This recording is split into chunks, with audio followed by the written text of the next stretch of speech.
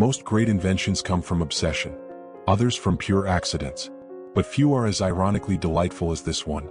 Champagne, now a symbol of celebration, luxury, and elegance, was never meant to exist.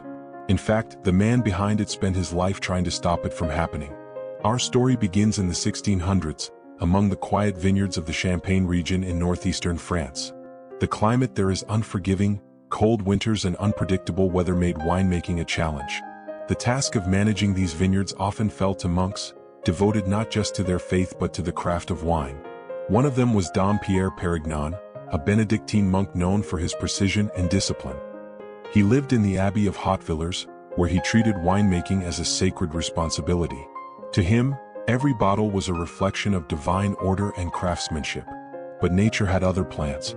In this chilly region, when wine was bottled in the fall, the cold would halt fermentation. As spring arrived and the cellars warmed, fermentation restarted.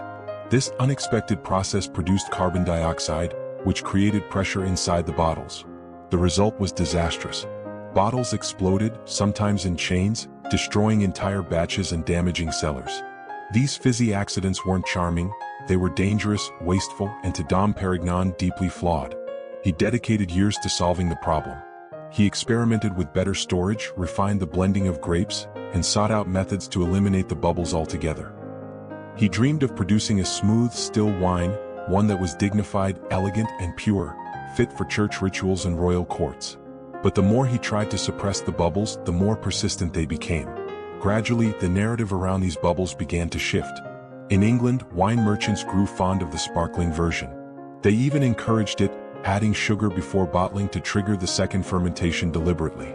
What Dom Pérignon considered a fault, they marketed as a fashionable novelty. The excitement spread, and soon the French nobility caught on. Sparkling wine became a symbol of style and sophistication. Dom Pérignon's meticulous techniques, though aimed at the opposite goal, ended up laying the foundation for what would become champagne. He introduced careful blending of grape varieties to achieve balance and complexity.